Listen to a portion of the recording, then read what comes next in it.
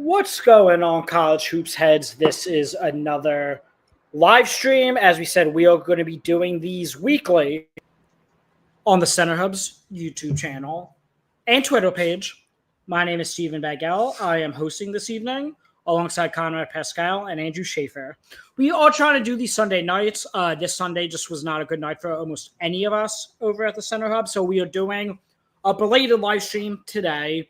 Luckily for that, there isn't, a whole lot of high-level college basketball going on. No offense, obviously, to New Haven and UMass Lowell, who are in a battle right now after both getting smoked by UConn. But nonetheless, as I said, my name is Stephen Bagell. I'm your host this evening. I'm joined by Conrad and Andrew. Conrad, how are you doing today? Excellent. A lot of great games this past weekend. Happy to be at one of them in person. So a lot to kind of go over and a lot to look forward to. Andrew, how are you doing today? I'm doing good. Excited to talk another week of college basketball. 1 week down and a lot to go. And I was also at an exciting game as well. And hopefully there's a lot more coming. So the way we're going to try to structure this is we're going to spend a good bit of time recapping last week, but also really previewing this upcoming week. So with that said, Conrad was at St. Mary's in Chattanooga. He covered that. That's Andrew right. covered the big one in St. John's in Alabama at MSG. And then I did Penn against Division III Rowan, super exciting. Temple and Delaware State, and Lafayette and St. Joe's. So I kind of, I did 3 games as opposed to theirs, but I think their games were a tad bit more exciting in terms of talent and high-level basketball, so on and so forth. Andrew was at by far the best one. He might have been at the game of the week, for what it's worth. So let's talk about that real quick. Andrew, how was Alabama's win over St. John's? Like, what takeaways are you taking away from that? I think the biggest takeaway is that Alabama's really good in one-on-one dribbling. Like, they can light you up if you don't defend. I think, listening to both Nate Oates and Rick Pitino after the game, Rick Pitino's biggest concern was Alabama just getting anything they wanted off the dribble. St. John's' front court played great. I mean, Ejiofor and Hopkins were awesome, but their backcourt really didn't show up in the first half. And Alabama's backcourt is really good. Like, I think they were vastly underrated with Holloway, Wrightsell, and Filan. Those 3 guys can really score. They can light it up. Holloway is one of the fastest players I think I've ever seen in person. I mean, he can absolutely fly. Nate Oates, I still have questions about Alabama as good as they looked at the Garden. Defensively, they're still not very good. If they turn the ball over a lot, it's going to be tough for them to win. So they're banking a lot on not turning the ball over. And Nate Oates, his big concern was defending without fouling. Aiden Holloway fouled out of the game. I think Wrightsell had 4, or Filan, one of them had 4 fouls. So it was a great game to be at. The crowd was awesome. The Garden's obviously one of the best places to be at. But overall, I actually thought it was more important for Alabama. Like, I took more away from Alabama being great than St. John's not being great. I think these are 2 very good teams. They're going to be in the mix, down the stretch. But I learned a lot more about Alabama than I did about St. John's. I was actually lower on Alabama than I think most people. I mean, they didn't have like that Mark Sears level like star power. Maybe that's why I was down. I had a ton of questions about the front court, but obviously they handled Zuby Ejiofor to enough of an extent. Yeah, to an extent. Yeah. Conrad, how was St. Mary's in Chattanooga? Oh, it was fun. It was definitely fun. Again, like my sister actually went to St. Mary's. She went to college there. She's an alum. So, I mean, when I was younger, she took me to a couple their basketball games. So I kind of realized I hadn't actually been to the Pavilion in years. I've seen St. Mary's live, but they're usually playing somewhere like at Oracle Arena or Chase Center, like a big tournament. But it was really a game that I was looking forward to seeing because obviously, outside of Gonzaga, St. Mary's, they're typically 1 and 2 in the WCC. They've both made the NCAA tournament in, the last several years. They're expected to again. It's nice to see how they kind of come early in the season. With St. Mary's, Coach Bennett talked about it post game. Like, is he pleased with how they did these first 2 games? Sort of. Like, it's satisfactory, right? They're incorporating a lot of new players. A lot of freshmen have been integrated into the rotation. Like, they're not being slow played at all. Obviously, like guys like Augustus Marcelonis, graduated, and he was like, WCC player, their lead guard and everything. So for me, like, it was really exciting to see how, how this offense looks now with like Mikey Lewis, having like the keys to the offense. My gosh, man. Like, we already knew how dynamic of a scorer he is, but like, I feel like he's gotten more explosive. Like, he seems to be a lot more aggressive and confident, like, in himself, in the sense that like when he's getting ready for the ball, like to catch the ball, his ability to attack off the catch is crazy. Like, he is off to the races in the blink of an eye. A lot of rim pressure. Basically, Chattanooga could not keep up with him.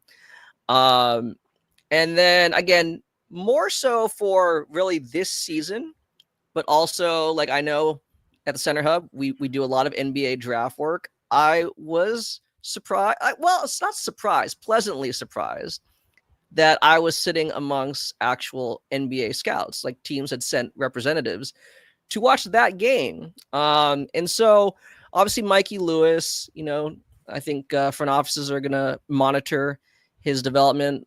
Paulius Maruskis, who I think has really just kind of elevated his game. I like that he's not really settling for mid-range shots. He's really making a concerted effort to like kind of get it into the post and really going inside out. And then redshirt sophomore center, 7'2" big, Andrew McKeever, who, yeah, I mean, I think Andrew Schaeffer here knows who he is because like he's like a basketball sicko, but I think to the masses, they don't really know who he is yet. And I think he's kind of like next in line for like, that St. Mary's like big man development system. I know it was Chattanooga. Chattanooga's like, tallest guy was like 6'9", in their rotation, but still, I mean, like at 7'2", McKeever's fluid. I was surprised at how well he moved, especially defensively. Totally comfortable switching at the point of attack, defending in space. He basically stymied all of Chattanooga's momentum. And Chattanooga, to their credit, I like how they fought back in the second half. Teddy Washington Jr. ramped up, defensive pressure, picking up full court. And you said it last week, big props to Chattanooga. They definitely did not, sandbag early this season. Literally the very next day after playing St. Mary's, they were at UNLV to play another game. So that's crazy scheduling, for any team, especially a college team. So it was good. It was good. And so, Steve and I were talking about a little bit, like, depending how McKeever continues to develop, could really, there could again be another real battle for the WCC title. I mean, both of them have every right to believe, both being Gonzaga and St. Mary's, that they could, make the tournament. But in terms of actually winning the conference title, yeah, I think there actually could be a real battle between them. So with the 3 games I covered, again, I'm not going to go obviously as in depth because I don't think they're really that notable. What I will say is Fran McCaffrey, like, is tailor-made for Penn. Like, he is such a good coach. Obviously, he's a Penn alumni, so that he obviously has those ties. But in his first ever game, I know it's against a D3 school, they beat the record for most points scored in Penn history. So one game he's coached, they put up 119, which was a record. The previous record was 115. So that was fun. Temple beat Delaware State handily. Aiden Tobiasen, sophomore, he started, I think, 27 games as a freshman last year. He took a notable step forward, it looks like. Gavin Griffiths, whose now nickname in Philly is LeBron Frames, was awesome. Obviously, he was a former top 50 freshman at Nebraska and Rutgers, and now he's, Temple's potentially best player. And St. Joe's, I mean, they're not going to win many games where Deuce Jones only scores 2 points. They're just not. Deuce Jones was all A-10 first team projected on the preseason first team. And again, they're not going to win many games where he had 2 points. But Jaden Glover-Toscano, St. John's transfer, was absolutely incredible. Andrew and I are actually releasing an article that'll be out hopefully sometime tomorrow. Or will be out sometime tomorrow, but hopefully tomorrow morning. Where, I'm putting some clips of Jaden Glover-Toscano in it. For anyone who didn't get to watch that game. But Andrew and I will be breaking down a whole bunch of recaps from last week. So go check that out at thecenterhub.substack.com. Andrew, before we go over a bunch of, a couple of games that happened last week and preview this upcoming week, who is your biggest loser in the first week of college basketball? It could be a player, it could be a team, it could be a conference.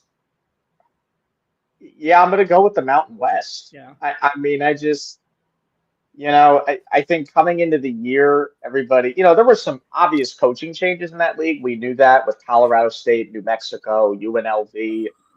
But I think everyone thought the Mountain West was still going to be like this 3 to 5 bid league because that's normally what they were. Last year they were 4, right? Colorado State went on the miracle run. San Diego State, Utah State, New Mexico all made it.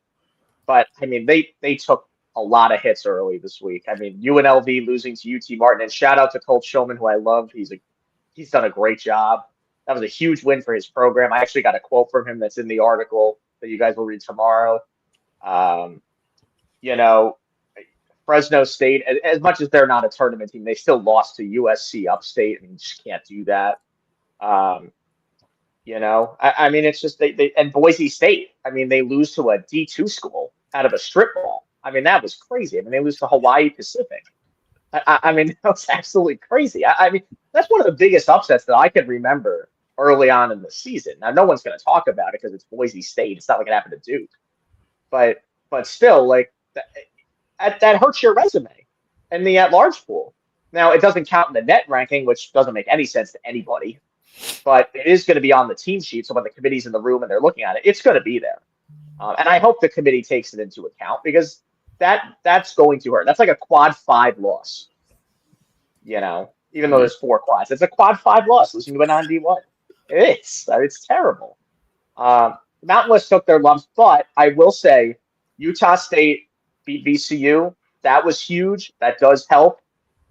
They have San Diego State. They're going to be fine. I'm not worried about San Diego State at all. They almost got into the AP top 25 this week. I think they were 27th. But they're going to need that third team. Whether it could be Nevada right now, potentially. Colorado State as well. Yeah, it could be them. It could be New Mexico, even with Eric Olin. But I just don't know that it's going to be Boise or UNLV, just based on what I've seen. Or Grand Canyon, for that matter, lost to Youngstown State. Yeah, they're another one. I mean, new member from the WAC. And I thought that was a great addition for the Mountain West. I think we all agree that was a very good addition for the Mountain West. And they lost to Youngstown State, who could win the Horizon League. But you can't lose to the Horizon League if you're in the Mountain West. So it was a disappointing week for the Mountain West. And even like Fresno State lost to USC Upstate. Not like Fresno State was ever going to get it. Right, that's what I was, but yeah, just for the overall repertoire of the conference, I guess. Yeah, the reputation of the league. Reputation, yeah. That's the not. Yeah. It's anytime you lose to a conference that's worse than yours, it's never a good look. I don't care if the team's in the tournament or not in the tournament. It hurts. So Andrew's biggest loser was the Mountain West. Again, they had 4 bids last year, 6 bids the year before. This year, I thought San Diego State and Utah State were definite teams in the tournaments. But like Andrew said, I thought if they would get a third team, it'd be either Boise, UNLV, or Grand Canyon, and all 3 of those teams suffered pretty substantial losses in the first week of the season. My biggest loser is going to be Loyola Chicago.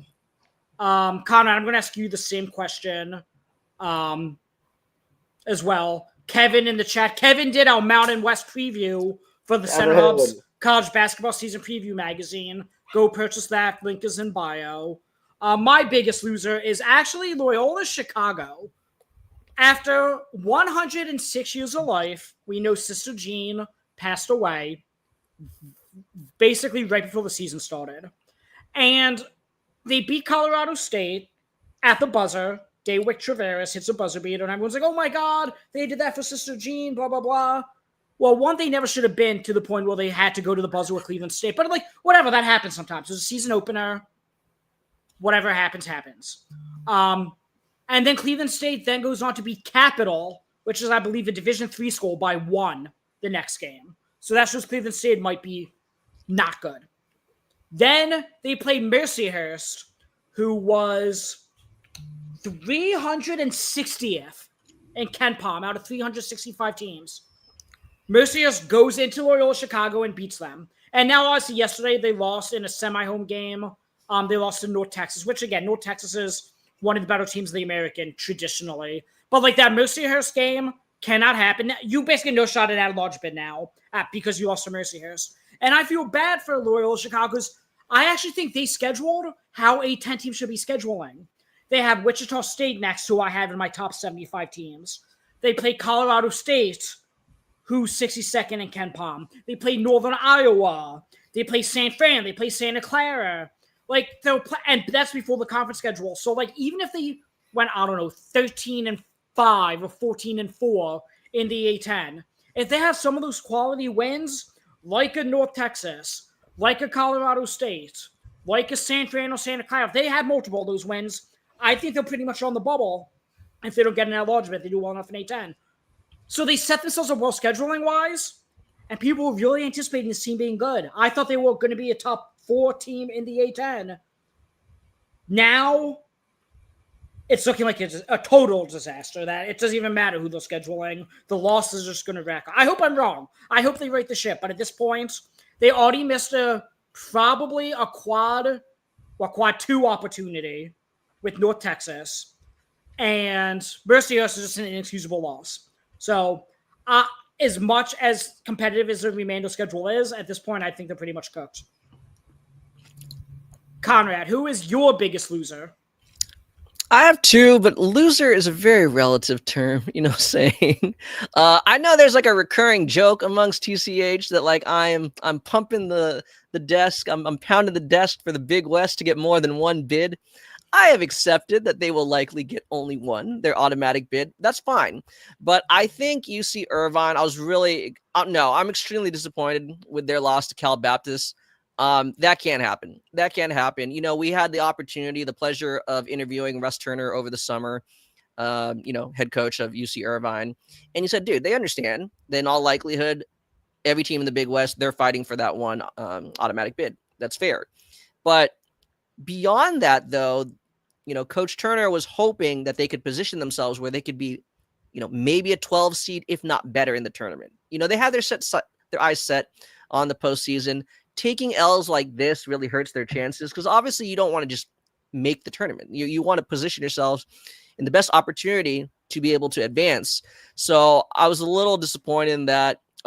Again, another loser, they actually won both games, but it's just the optics aren't good. Oregon, basically going down to the wire in back-to-back games against Hawaii and Rice.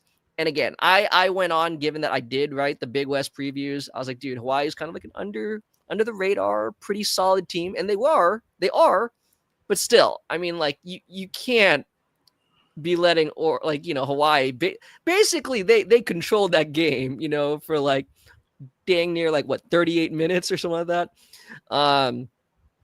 So Oregon, I know that, Shellstad missed the first game and everything like that, but still, I mean, I think Oregon was a pretty popular pick, definitely amongst us, but I think even, nationally, yeah, right, to be a tournament team. So, and again, they still can be, but I think it seems like they have a lot more work to do than maybe we expected. So again, it's all relative. To be fair, as I said, I'm releasing my weekly top 75 article in the next day or two. I had Oregon in the preseason 19th. I now have them 27th. And honestly, just because they won both those games, I was going to drop them 12 spots for winning both games. But they went from basically ranked to unranked in my top 25 from 19th out because of how close those games were. And for Irvine, I said in our group chat that doesn't really matter in like retrospect, because like if they didn't get an at-large bid last year after going 28-6 last year, if they weren't going to be a two bid league last year, the Big West, I don't think it matters, because they're definitely not going to be a 2-bid league this year if they weren't last year. That's at least my opinion. No, I agree. I agree. Like I said, I think at this point it's the seeding. It's for seeding purposes. Of course. So yeah. So otherwise, Georgetown was very good against Maryland. I think I was way too low on them.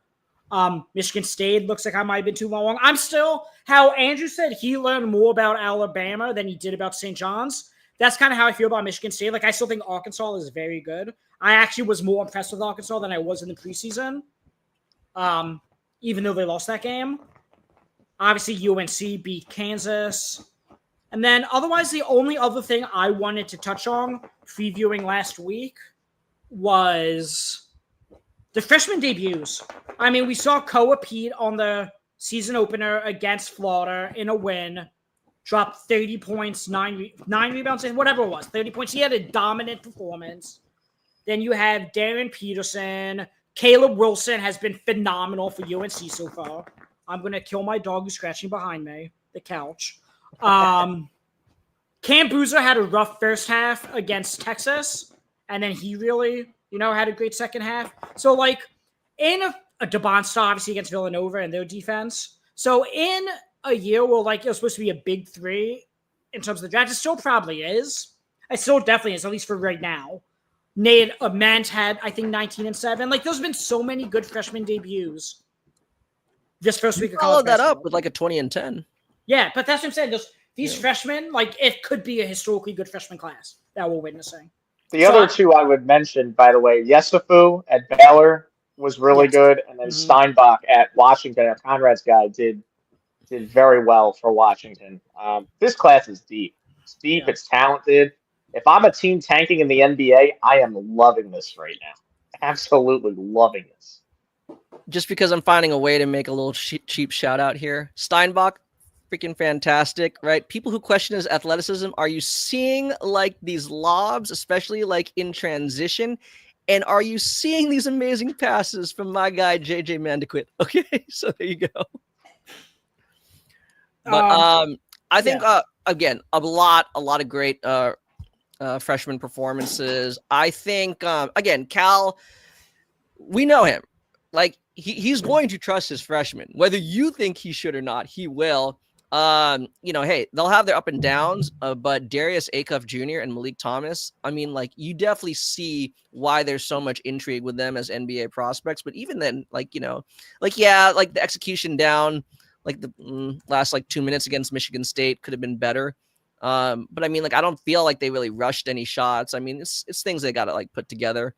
But for as highly touted as Houston's freshman class is, right, and all the attention on the mock drafts going to Chris Sanek, Kingston Flemings, man. Yeah. Like, talk about authority, right? Like, to have that level of command on both ends as like true freshman. Like, what is it? Like his second game, third game, whatever it is. Like, I don't know. That's pretty incredible. I know a lot of people, like, a lot of our guys in TCH are very high on him, both as a player, in this collegiate season, but also as an NBA draft prospect. But I mean, like, dude, he showed out. Like, he really showed out.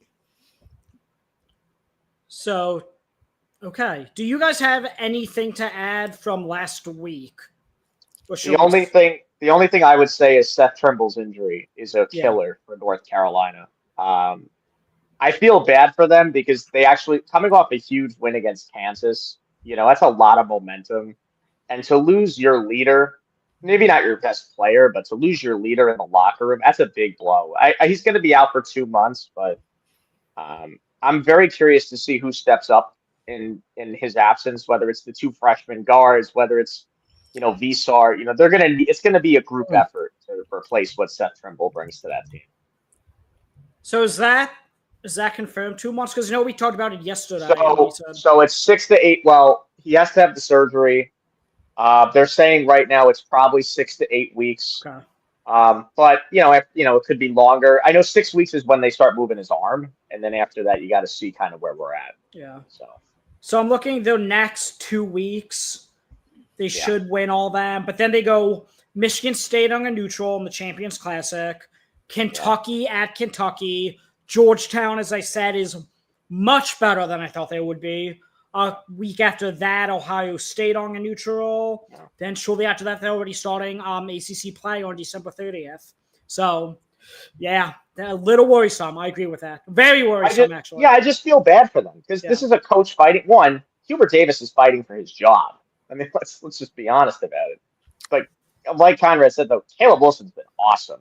I mean, Caleb Wilson and Caleb Wilson's been really good, and I think they're going to need him to be that guy every night. That's what I said in the preview magazine. Like, he's got to be the guy every single night for them. Yeah. Because now with Trimble out, they're going to need him even more. Yeah. Only other thing that I don't, again, I like to choose my words carefully. I don't know if I want to say concern, but Florida, I don't know, man.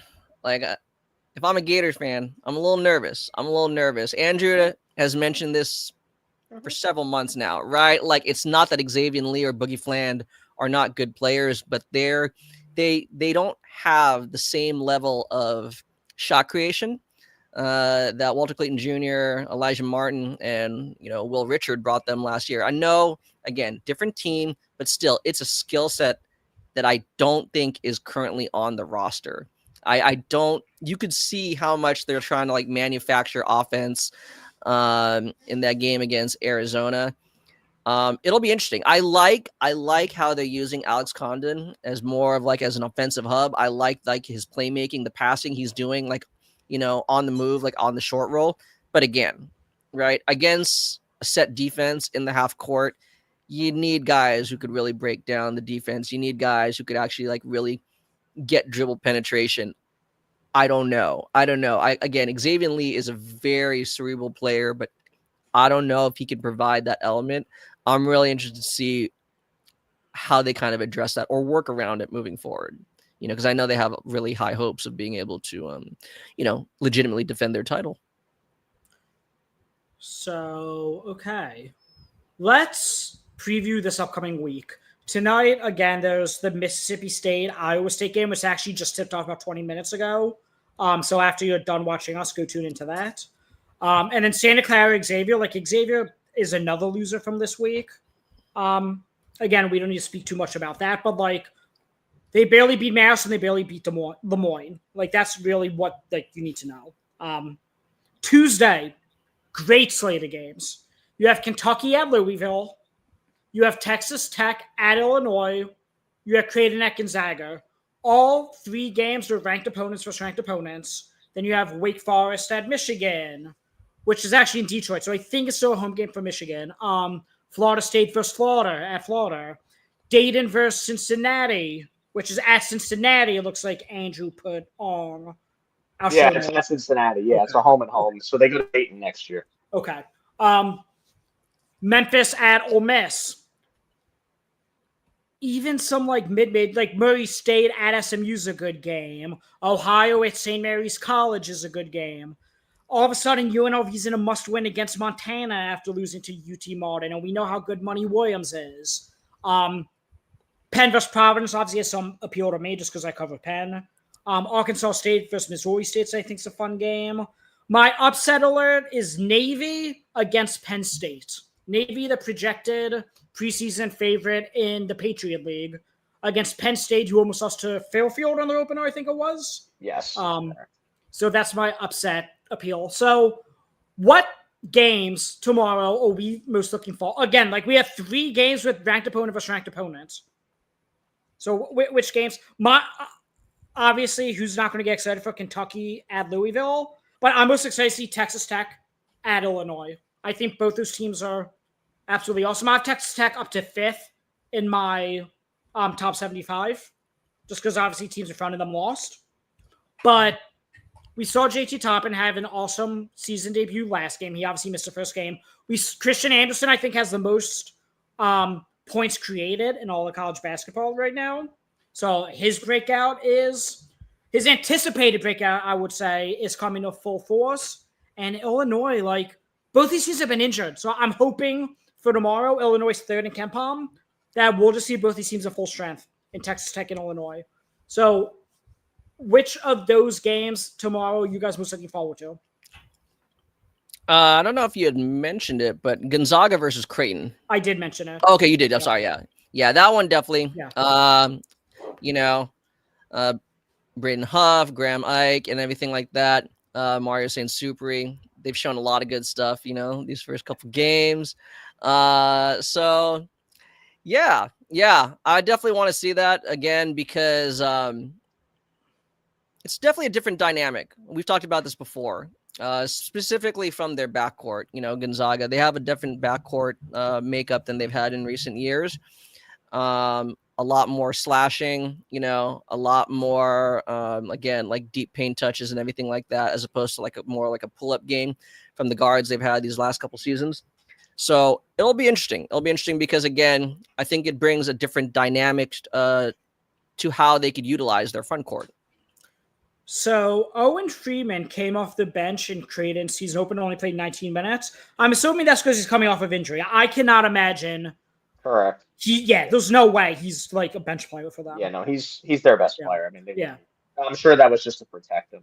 Yeah, that's what I think as well, especially against South Dakota, who they beat handedly. They only needed him for 19 minutes. But yeah, that's just something I would, I guess worth noting. But either way, Gonzaga, yeah, like I'm always high on Gonzaga, but like this team like has a bunch of grown men with Graham Ike and Tyon Grant Foster, Braden Huff. Like Huff and Ike playing together was an awesome combo last year, and now they're doing it full time basically. So that's a game I'm super excited for as well. Andrew, what about you? Any of these games really stick out to you? Yeah, I'm gonna go off the radar because I know we've talked about, I'm kind of curious in Dayton, Cincinnati. Yeah. Cincinnati, they got to make the tournament. This is the bottom line for Wes Miller. He's been there a while. He's got a really solid group. And then Dayton, they almost lost to UMBC the other night. And I know Matt Kostoff, who covered, the Marquette game, is a Dayton guy, and he'll tell you they did not play well in that game. So Dayton and Cincinnati are only about an hour apart. They're not far from each other. So this is a rivalry game. And Cincinnati's at home. Cincinnati's got to win this game. To me, this is a must-win for Cincinnati. I agree with Steven. I don't think the A-10 is more than a one-bid league. I just don't see it with Loyola coming down. So to me, this is massive for Cincinnati. You get this win. And Dayton, historically, at least the last few years, has been one of the top two teams in the A-10 next to VCU. They have been the two teams. And, I think this is a huge game for Wes Miller. I think Cincinnati finds a way to win it. I think that'll be a really fun game to watch. Dayton, I think, is the only team in the A-10 to receive an at-large bid the last 3 years as well. So, it could be, still a big game for them as well. Yeah. And then, obviously, I'd be remiss if we didn't at least touch on Kentucky at Louisville. Obviously, that's a matchup of two top 10 teams. I suppose Kentucky, I actually think Kentucky's number one in KenPom through the first two games. Obviously beat Nichols by 26 and beat the crap out of Valparaiso, won by 48. And, they haven't even been at full strength. Jalen Lowe didn't play in the opener. And he came off the bench, or did he not play the second game either? He came off the bench. Okay. No, yeah, he came off the bench. Yeah. He's, I think, potentially the with Quaidance, I'd say third best player, but Quaidance, again, coming off the torn ACL. So I think actively the second best player, Jalen Lowe, behind Ortega Owe. And Malachi Moreno was awesome. We could talk about him. And then Louisville, that three-guard lineup with Mikael Brown and Isaac McNeely and Conwell and even Adrian Woolley. Keyshawn Pryor's back now for them, who I think is still one of the better big men in the ACC. I don't know. I can't say enough good things about how good of a game Kentucky at Louisville could be, especially because of the rivalry as well. Yeah, college basketball needs this game. They need the rivalry. It's a big rivalry in the sport. These are two of the best programs to, that play the sport. And I think Louisville has the advantage here because of the health. Like you said, like with Lowe kind of banged up, in and out, Quaintance is in and out. I like Louisville in this game. But again, both teams really haven't been tested, so I'm very curious to watch this unfold. Yeah, I mean, like, again, I was on the Report podcast the other day talking about Alabama and SEC basketball. And again, I don't know. I know we're only a week into the season, but it's what we said during the summer, right? Like, yes, Florida will likely be the favorite, but I don't think it's like a significant favorite. Like they have, like, a stronghold on the rest of the conference. In Kentucky, we talked about it. Kentucky, Arkansas, we feel like they'd be right there. Tennessee. Again, like you said, Kentucky hasn't really been tested yet, but the guys who have been, producing, stepping up in some of the projected starters' absences has been really impressive. I got to give a shout out to Colin Chandler.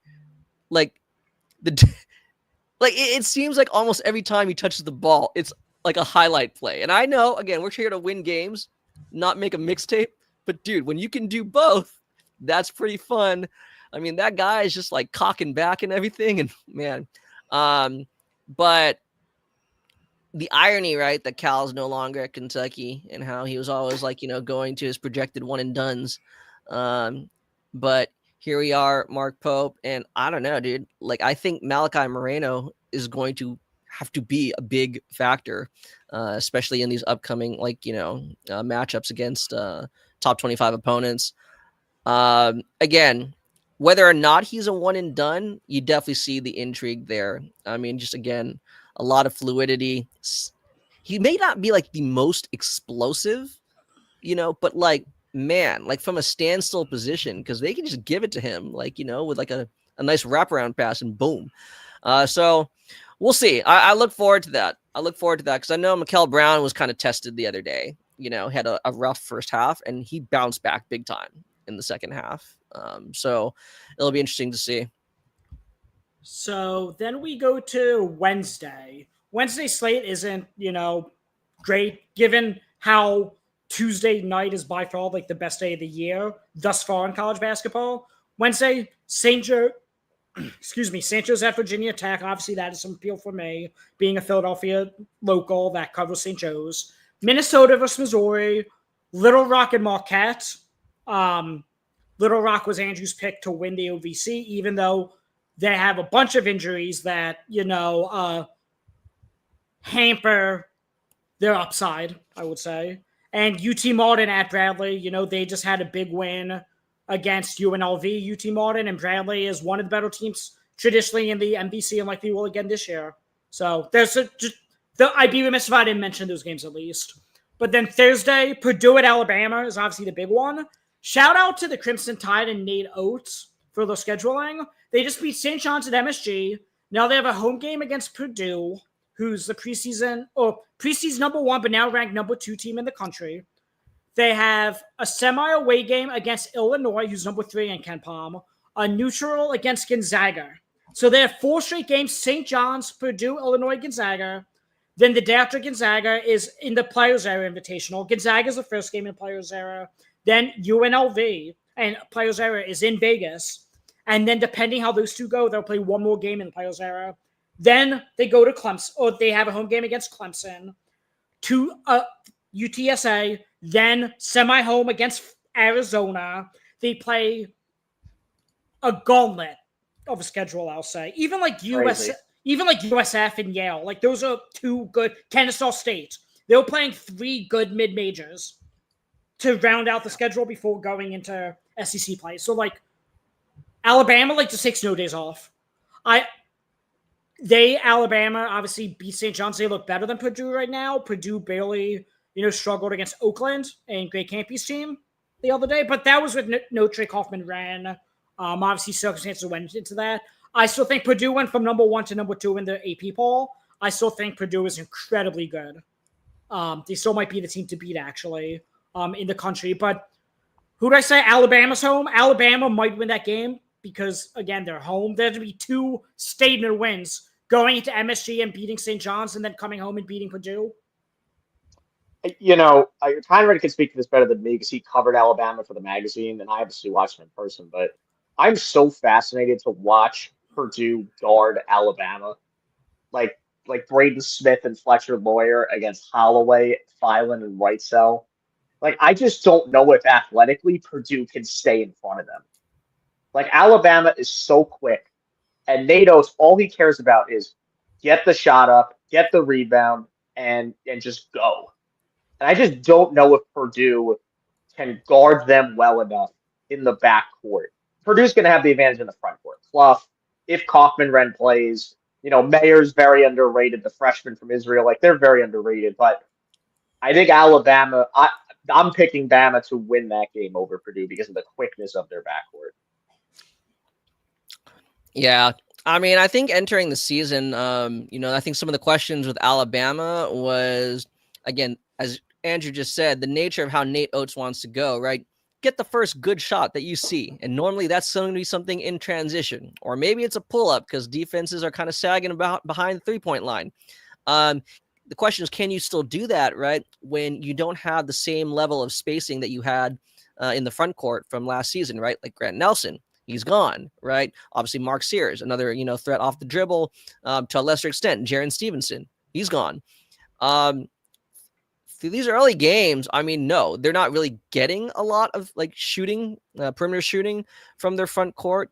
But I mean, as Andrew could probably attest, what he saw on Saturday, the way that they use, for example, Taylor Bull-Bowen, setting a series of drag screens where basically it could be a pin in, for whoever, Holloway or Filan, or no, right? He's right there to crash the offensive glass and everything like that. I think, again, they can continue to use that formula against Purdue. With Andrew, I don't know. I think it's in a weird way, right, where they use kind of the individual shot creation as not necessarily a negative thing against Bama, but it's okay, do they have enough connectivity passing? So far it's working. So we'll definitely see, because at this point, I don't know if, again, switching, and definitely what St. John's did, I don't understand why you would gap Aiden Holloway for 3/4 of the game. That was really odd. We'll see. You definitely have to be on your toes. So other games worth mentioning: Pitt and West Virginia, obviously two high major teams. Loyola Chicago at Wichita State lost a lot of luster. Obviously, we already talked about Loyola Chicago. Cal at Kansas State, I think, is low-key a fun game. I know Andrew and I think, are both higher on Cal than the industry is. Kansas State, obviously, with PJ Haggerty. And that upside, they're still a borderline tournament team. Friday, we have a bunch of really good mid-major games, or high majors versus mid-majors.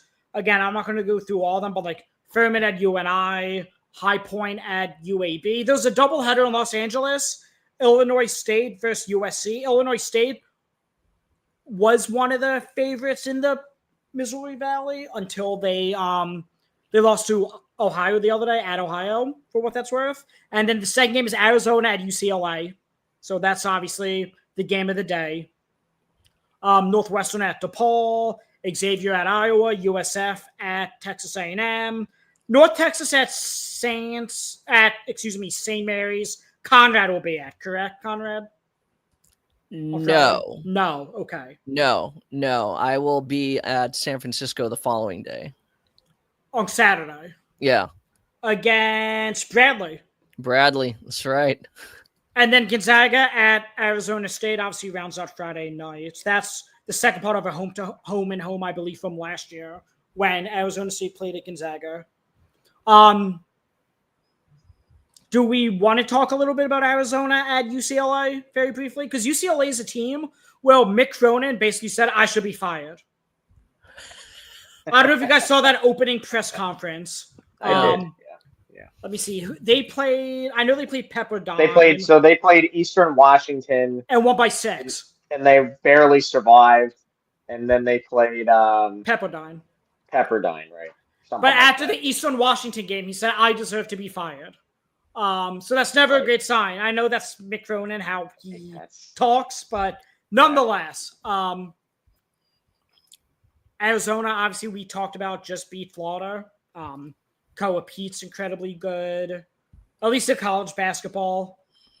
I mentioned Jaden Bradley. Jaden Bradley's phenomenal. How good he was. He wasn't on an all-conference team to start the year, and that kid was the second or third best player on the floor that night. Yeah. I mean, he was incredible. And if he can play at that level, I don't think he's going to average 20 a game, but if he could play at an elite level, Arizona's a different team. And they're going to need it because Donovan Dent is really good. I mean, Donovan Dent, I think he had like 8 assists and 1 turnover or something in one of those games. I mean, he's really good. But I can understand where Mick Cronin's frustrated. I mean, you can't be beating Pepperdine by 11 points. You can't be so that's what I'm saying. UCLA's coming. Yes, they're 2-0, but like a 6-point win and against Eastern Washington, 11-point win against Pepperdine, while Arizona just beat the defending national champs, who's ranked number 2 or 3 in the country. Like, it's an ugly 2-0 is what I would call it. And I think it's similar to what Oregon did. Like Conrad mentioned earlier, I think it's very similar to what Oregon did. I think most people would take Arizona in that game just based on the results that have happened, but would it shock me if UCLA won that game? No, of course.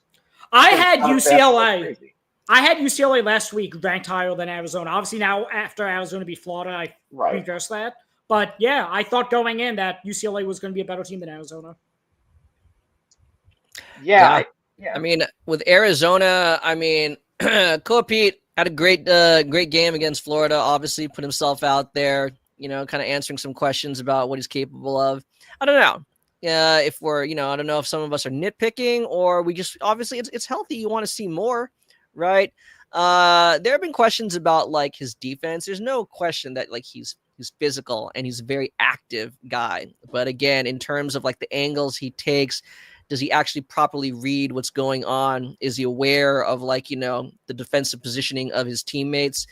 There are a couple times against Florida where whether it was Xavier Lee or Boogie Flan, like if it wasn't a straight line drive, Koa Pete was kind of caught in no man's land a lot. Now, at least for that game, we're able to Arizona was able to kind of mitigate, those defensive lapses because of, fellow freshman Ivan Karchenkov.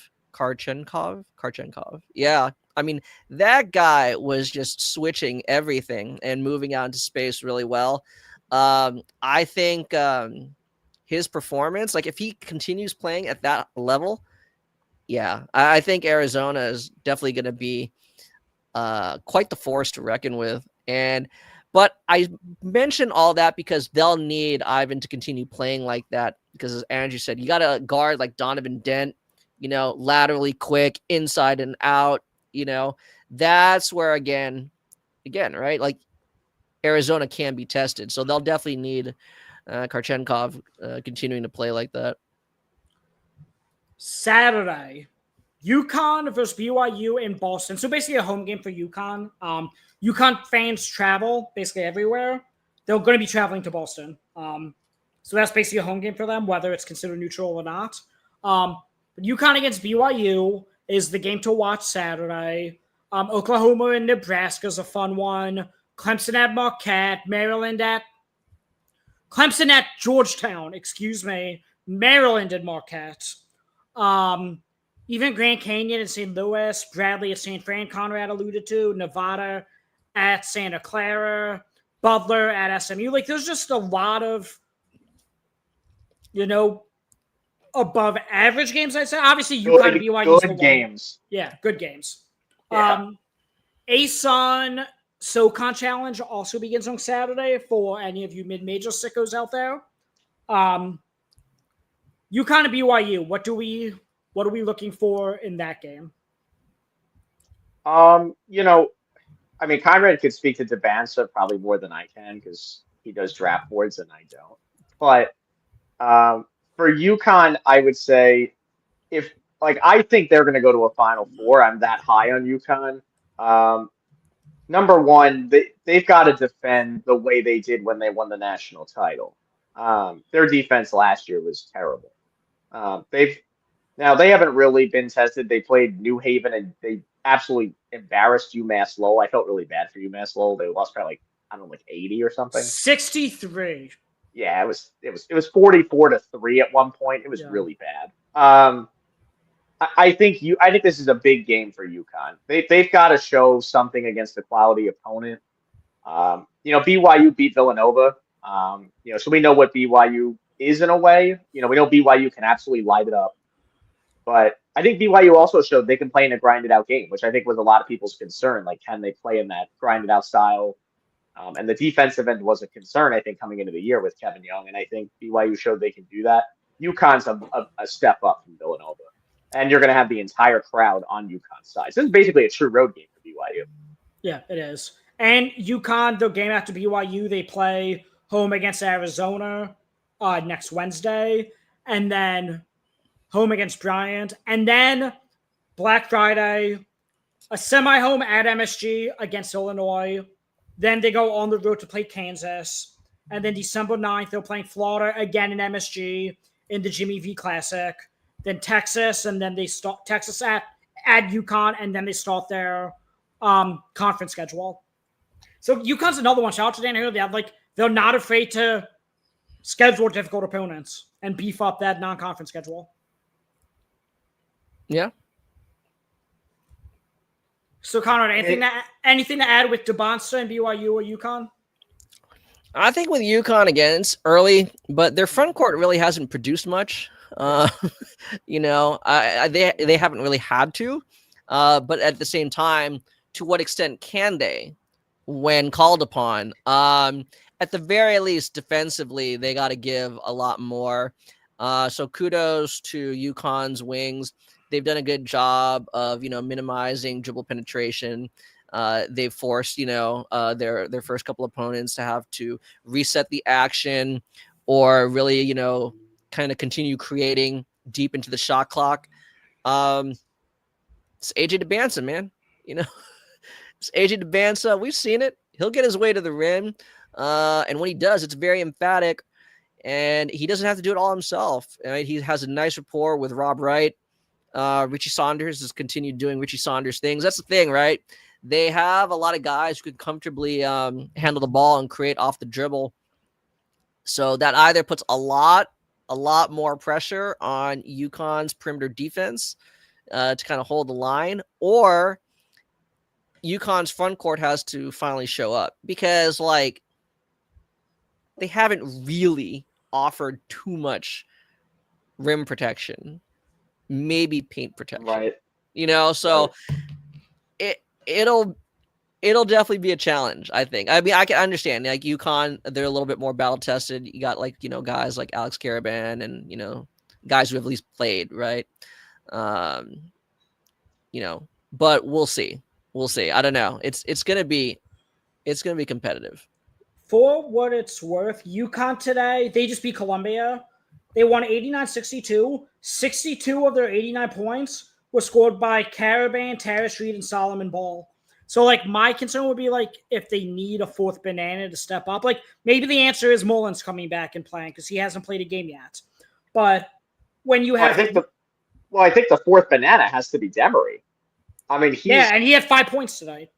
Right. He's got to be the guy, right? Because Caravan, we know he's the glue guy. Caravan's got all the experience, and he's been there, done that. We know about Solo Ball. He was, borderline Big East preseason player of the year. Terrace Reed, like Conrad said, Terrace Reed has to show up, right? UConn's front court, he's the guy that has to show up. And then Demery, to me, people in UConn's fandom were saying, oh, he's a poor man's Tristan Newton. Tristan Newton didn't get 5 points a game. So they're going to need a little bit more out of Demery, I think, if they want to beat BYU on Saturday. Again, right? I don't like to use the word concern, but again, if you're a Husky fan, you kind of raise an eyebrow. Why is he only averaging one 3-point attempt per game? Not enough. Yeah. Brought you in for a reason. Yeah. So, he's definitely going to have to be a little bit more aggressive. Let's put it that way. Come Saturday. Saturday, I'm also looking at Clemson at Georgetown. I know I talked about that game happening, but like I was just so impressed with Georgetown's defense against Maryland in a road game. Obviously it was at Maryland. Like KJ Lewis is everything Micah Peavy was to them. And I just learned a fun fact. They went to the same high school, Micah Peavy and KJ Lewis. That's like, now your favorite high school. It's now my favorite high school because you see he had like Micah Peavy was like a plus 19 in like his NBA debut. On a team who's 1-9. On a team that's awful. But they won that game, and it was his debut, and he was in the fourth quarter. He did stuff. The only person I would consider leaving my fiance for would be Micah Peavy. Anyway. I thought that was Will Riley. Go. He's close second. No, Will Riley's up there too. But I marry the guy. Yeah, but in all seriousness, though, Georgetown, I think, is, even though Maryland was a little banged up, obviously, with some of the injuries, I think Georgetown just needed that win for their morale. Like, to win, like, a game against a notable program like Maryland, like, that's big for Ed Cooley in Georgetown. And this is a big year for them. Like, it's been kind of a struggle getting away from Patrick Ewing's debacle. Listen, we knew about the backcourt with Lewis, Love, and Mack. The question's going to be up front. Can they get enough out of the front court? And can they do it efficiently? They turned the ball over so much last year. And I think Georgetown, Clemson is not an easy game. Remember, Brad Brownell, really good coach. I know Clemson doesn't have the talent they used to have. And Clemson hasn't played anyway. I think they blew out like New Hampshire and someone else. But I think that's going to be a good game. And I think Georgetown is going to win that game. I will take the Hoyas to beat Clemson. Yeah. And I agree with that. And then Maryland, Marquette, like those two teams that both might be on the downswing, as much as I hate to say it. Yeah, I would agree. I forget which podcast I heard it on, and I apologize because I love the quote. But Shaka, not so smart.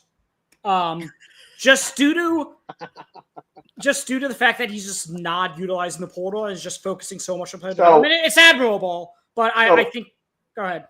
No, I was going to say, let me ask you a question. If and this is going to sound absolutely crazy, if Marquette misses the tournament, do you think in the back of anyone's mind there's any concern that Shaka is so anti-portal and they just say, you know what, like if you're not going to be with the times, like as good a coach as you are, like we're going to have a problem.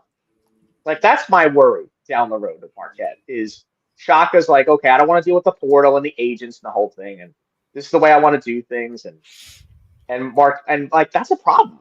Because the whole point of this NIL stuff, you got to use the portal. Every school uses the portal, except like Purdue barely used it. Marquette didn't use it at all. Like there's very few schools that like barely touched it. So I'm just very fascinated. I know he's a great coach, right? He's obviously very good at what he does. I'm just so fascinated if Marquette, because remember, 2 years ago they went to the Sweet 16 with Tyler Kolek and Oso Ighodaro. Last year they lost to New Mexico in the first round, which was a disappointment. But now, if it gets worse, like you're on a downward trajectory, the guy doesn't use the portal. What do you like?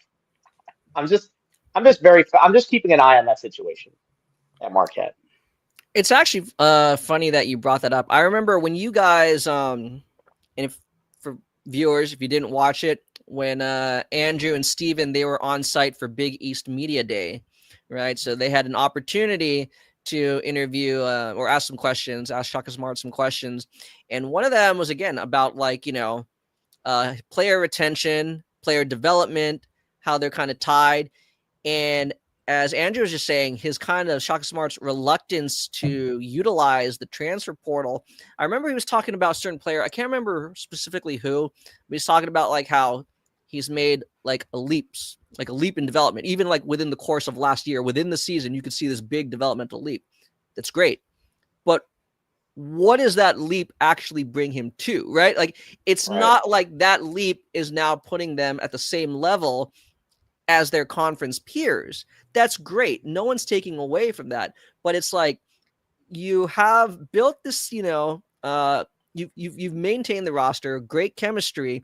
But again, in terms of actual like competitiveness or being able to match the level of competition, right, within the conference, despite the improvement, they're still behind. So it is an interesting thing where something's got to give, right? I mean, there has to be a little bit of leeway there, because hey, right, even using the transfer portal, we've seen with some of these other universities, right, these transfers actually do even further help the development of the guys who have been around for a long time. So we'll see. We'll definitely see. But he's a good quote. I'll give him that.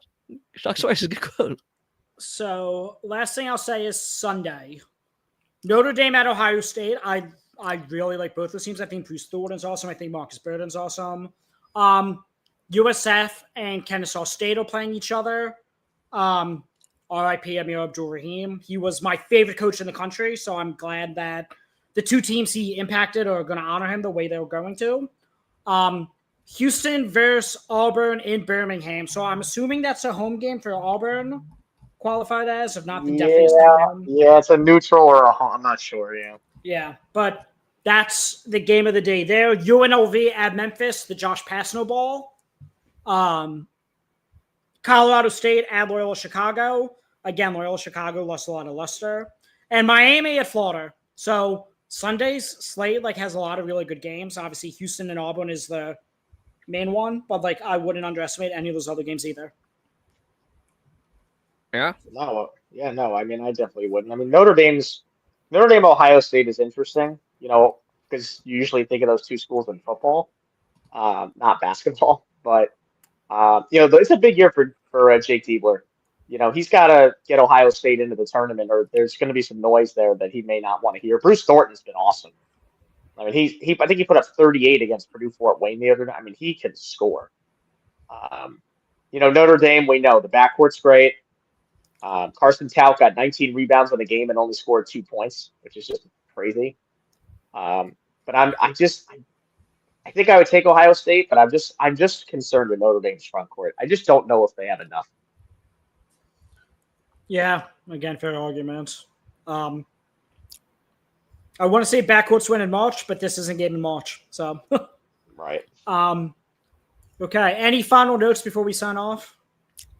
No, just I think Houston Auburn is going to be a fun one. I think Houston is, they will be favored, but Auburn, I mean, Keyshawn Hall and Keyshawn Murphy, they've gone off to hard starts, right? Like both of them, individually and collectively, which is kind of funny, right? To the point where Tahad Pettiford's kind of, been like a third banana almost, right? I mean, make no mistake, he will have his opportunities. This might be right here where he has to kind of put a little bit more pressure on the defense. But Houston, I mean, again, we know how great they are defensively, but at the same time, going back to the freshmen that are in the rotation, I'm looking specifically at Senak.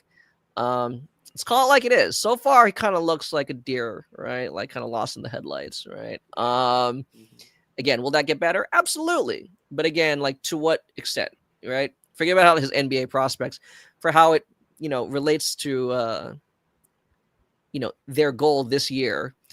We'll have to see, because right now they do need him. I mean, obviously they have the ability to play small and they're still extremely physical, but still, right? He's supposed to be a guy that can kind of put him over the top a little bit. So before we wrap, just a few injury updates. Go ahead. So Keyshawn Murphy, speaking of who, is only going to play in an emergency situation tomorrow against Wofford. So I take it he's not playing because they're going to need him for Houston. So I think it's smart to, rest him in that game. JJ Starling for Syracuse, I'm expecting him to go against Drexel on Saturday. I know Steven will be there. He should be good to go. He had a hamstring injury. Donovan Dent is out with a muscle strain. I think they're playing tonight, UCLA. So he's out. I know UCLA, they'll probably be fine without him against some of the bye games, but they're going to need him for Arizona. And then Jaden Epps also didn't play tonight for Mississippi State. That was an undisclosed thing, so I don't know what happened there, but those are just some of the injuries to keep an eye on for some of these games down the road. Okay, Conrad, anything to add? No, that's it. I think, again, just a lot of great games already. So it'll be interesting to see. This, the thing about the college season, people have to remind it. It's roughly 30 games. So it's at what point is the sample size big enough? You say, oh, okay, it's only 1 week, but 1 week is 3 games. That's a tenth of your season. Yeah. right? So Yeah, it's it's a valid like, point. Yeah, I would say 12 games is probably the sample size is when I start to like get concerned. Like right at the end of the non-conference, going into conference play is kind of when I start getting concerned. yeah. Yeah. So again, so a series of things. You like try not to overreact to any one thing, but you have to continue monitoring these things. Especially when they become kind of habitual. Yeah. Okay. So this concludes this live stream on the Center Hub's YouTube channel and Twitter page. We'll still have the College Basketball Magazine up, the preseason preview. So go check it out if your favorite team is playing a non-conference game. You know nothing about the team. Promise you'll gain some insight on whichever team they're playing. So you can purchase that. Link is in the bio on Twitter or YouTube. Otherwise, myself, Conrad, Andrew, we're doing these hopefully every Sunday night. I know tonight was an exception, but we will be doing these weekly. With that said, you could check out Andrew and I should be releasing an article tomorrow on the Center Hub's new Substack, thecenterhub.substack.com, where we're basically previewing last week in college basketball, a whole bunch of things that we didn't even talk about tonight that we'll be talking about in there. Wednesday morning, my top 75 teams are going to be released. That's a weekly article I'm doing. And then starting Thursday, I'm doing the Blue Coats, the G League. So I'm going to be having a semi-weekly / monthly G League Chronicles piece where I'm talking about what a player was in college, how he's improved since then, and what he needs to do to become an NBA player, and teams he could help out. So be on the lookout for that. And we're doing a whole bunch of other things at the Center Hub. Go check it out. Follow us on social at the Center Hub _BB on all socials. You follow me at the _NBAGEL. That's NBAGELL. You can follow Conrad at CP3 _777. And you can follow Andrew at Chafenbake. Again, go check out our friends at CBB Analytics. Use promo code ONEANDDONE for $30 off. That's either a free month or $30 off a year-long subscription. And otherwise, myself, Conrad, Andrew, we will talk to you guys next episode. Thank you for listening.